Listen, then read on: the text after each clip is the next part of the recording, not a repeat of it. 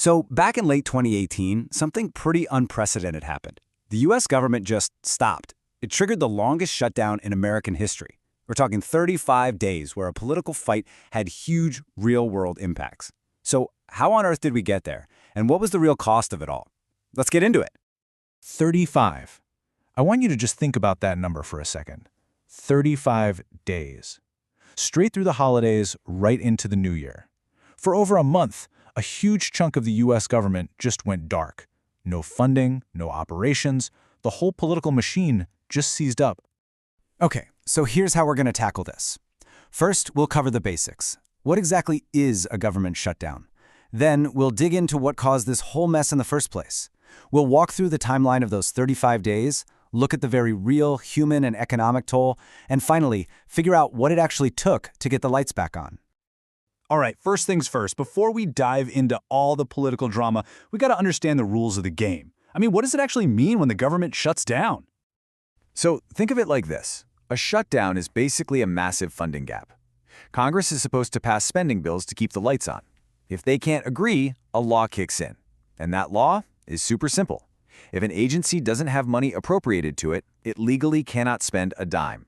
That means everything deemed non-essential just stops, instantly. But what about the actual people, the federal employees? Well, they get sorted into two camps. First, you have the furloughed workers. They're basically told, go home, you're not getting paid, and you can't work. Then you have the accepted employees. These are the folks whose jobs are considered too critical to stop. TSA agents, FBI, air traffic controllers. They have to show up to work every day, but they don't get a paycheck until the whole thing is over. Now, you might think this sounds like total chaos, right? And it is. But believe it or not, the government actually plans for this. Every single agency has what's called a lapse plan. It's literally a playbook that spells out exactly what to do, how to shut things down, and who gets sent home. Okay, so that's the what of a shutdown. Now let's get to the why. What was the one issue that was so contentious it brought the US government to its knees for 35 days? It really boiled down to one central demand: $5.7 billion. That was the amount President Trump wanted from Congress to fund the construction of a wall along the US-Mexico border. It was probably his biggest campaign promise, and the White House was not backing that.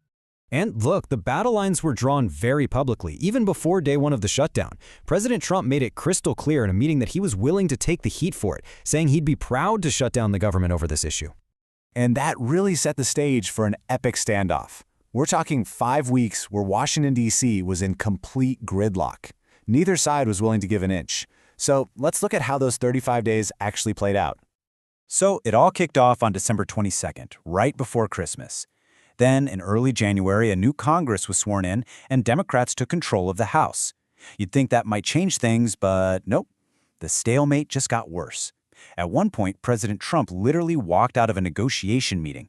The political tit-for-tat was getting pretty wild, even leading to suggestions of postponing the State of the Union. Fast forward to day 34, more than a month in, and they were still miles apart. The Senate tried to break the deadlock by voting on two different proposals. You had the Republican plan, which included the wall money, and the Democratic plan, which didn't. And guess what? Neither one of them came even close to getting the 60 votes they needed. They were completely, totally stuck.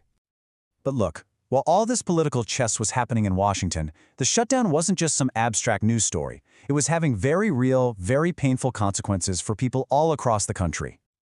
Just think about this number: 800,000. That's how many federal workers were caught in the middle of this.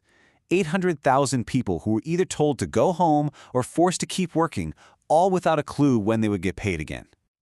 And when you break that number down, it's pretty wild. About 380,000 of them were furloughed, sent home. But, and this is crazy, more than half, a whopping 420,000 people, were considered essential. So they had to keep showing up to their jobs day after day for free. And you could feel the ripple effects everywhere. National parks started overflowing with trash because there was no one to clean them.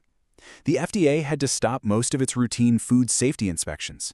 If you flew anywhere, you probably noticed those massive TSA lines because unpaid agents were calling out sick.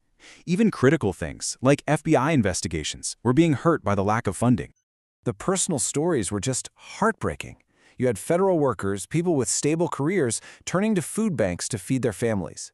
A hashtag #shutdown stories, started trending on social media, filled with people sharing their struggles, how they were going to make their next mortgage payment or just buy groceries. And the official advice they were getting? Well, it was, let's just say, not great. The Office of Personnel Management actually put out a suggestion that furloughed workers could, offer to do painting or carpentry work for their landlords instead of paying rent. As you can imagine, that did not go over well. So what about the bottom line, the total economic damage? The Congressional Budget Office, which is nonpartisan, crunched the numbers. They estimated the shutdown cost the U.S. economy $11 billion. And here's the kicker. $3 billion of that was just gone forever. That's economic activity that never happened and will never get back. Okay, so you've got 35 days of gridlock, you've got people struggling, and you've got billions in economic damage.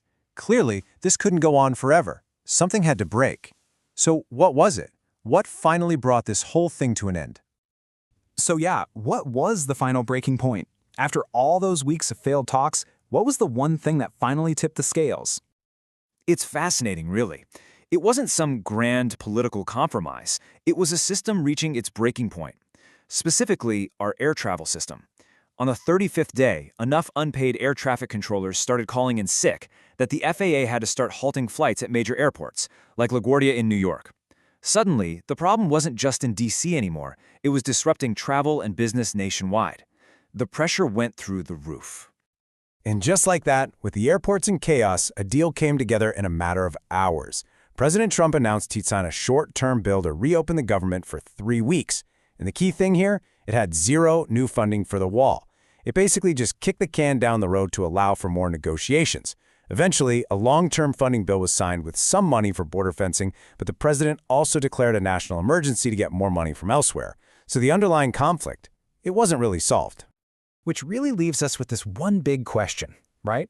After 35 days of chaos, after billions of dollars were lost, and so many people suffered, did this whole ordeal actually change anything? Did the longest government shutdown in history make Washington think twice about using the government itself as a bargaining chip in a political fight?